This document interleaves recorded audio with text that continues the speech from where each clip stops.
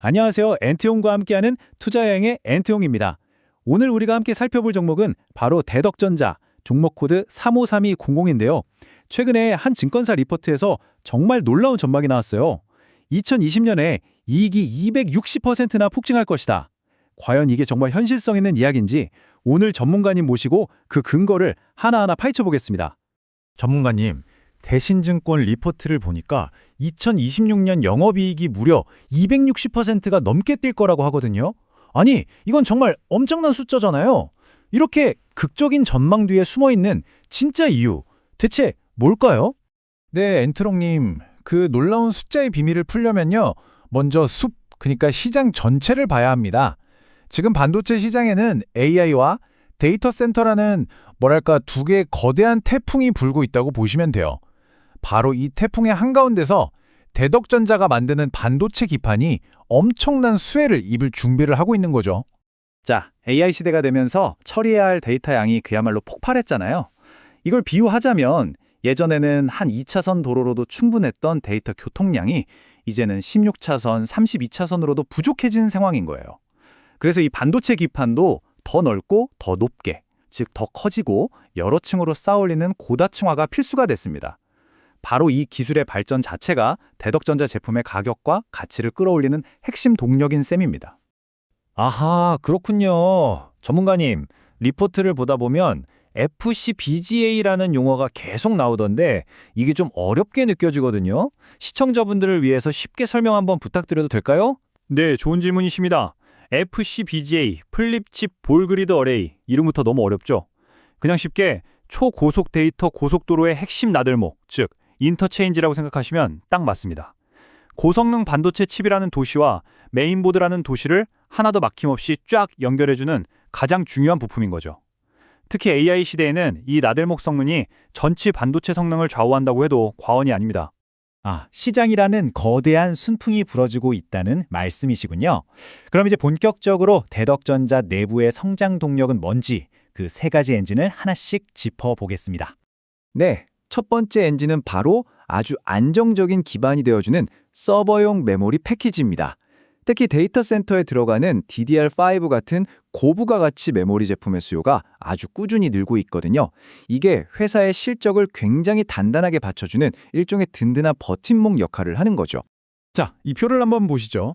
기존 주력 사업인 메모리 패키지만 봐도요. 2025년에 5,500억 원대에서 2026년에는 거의 8천억 원에 육박할 걸로 예상됩니다. 1년 만에 40%가 넘게 성장하는 건데요. 사실 이것만으로도 이미 훌륭한 성장주라고 할 수 있는데 이게 끝이 아닙니다. 바로 이 든든한 캐시카우를 기반으로 새로운 성장 엔진이 더해지기 시작하는 겁니다. 그러니까 안정적인 기반 위에 새로운 성장 동력이 더해지는 구조군요.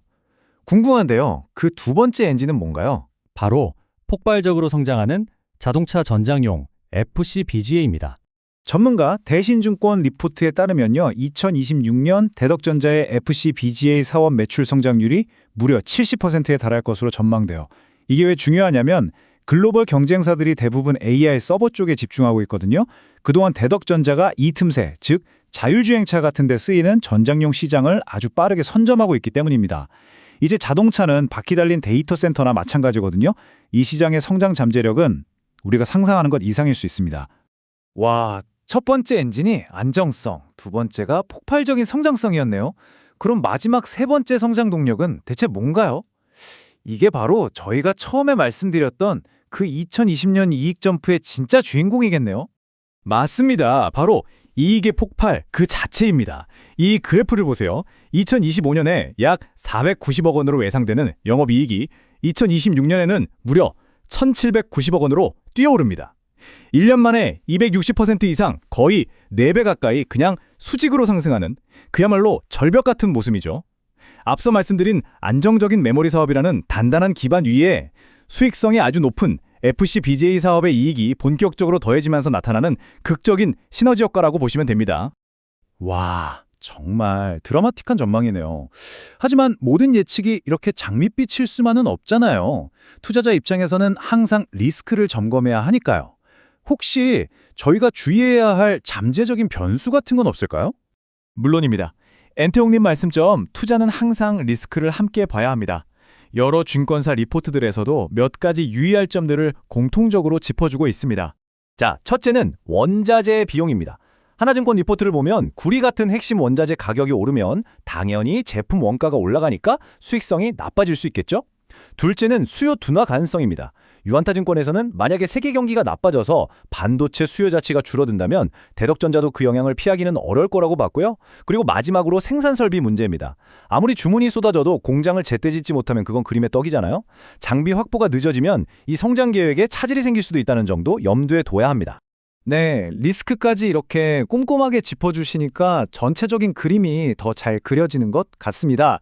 그럼 이 모든 것을 종합했을 때 대덕전자의 단기 그리고 장기 전망은 어떻게 정리해 볼 수 있을까요? 네, 전문가들은 단기적인 모멘텀도 아주 강하게 보고 있습니다. 당장 2026년의 시작인 1분기 영업이익만 해도 약 400억 원에 달할 것으로 보는데 이게 2024년 전체 이익의 거의 4배에 가까운 수치거든요. 이처럼 강력한 단기 실적이 저희가 오늘 계속 분석해온 2026년 전체의 이익 점프라는 스토리를 탄탄하게 뒷받침하는 근거가 되는 셈이죠. 이런 기대를 반영해서 유한타증권은 83,000원, 대신증권은 74,000원까지 목표 주가를 올려잡은 상태입니다. 결국 오늘 분석의 핵심을 딱 한 문장으로 요약하자면 이겁니다.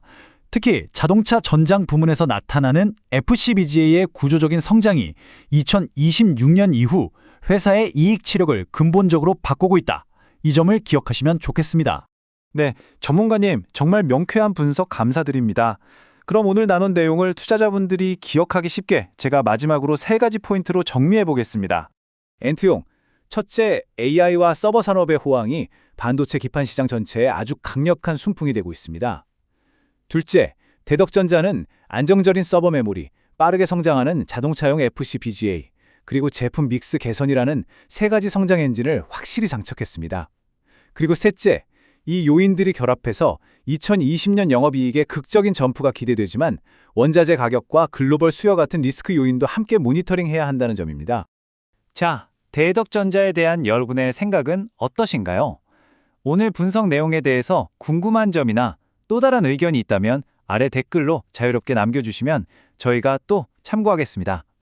옌트홍, 오늘 내용이 유익하셨다면 좋아요와 구독 버튼도 잊지 마시고요.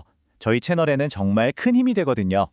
마지막으로 모든 투자의 최종 판단과 그에 따른 책임은 투자자 본인에게 있다는 점 꼭 기억해 주시기 바랍니다. 그럼 저희는 다음 시간에 더욱 유익한 정보로 찾아뵙겠습니다. 감사합니다.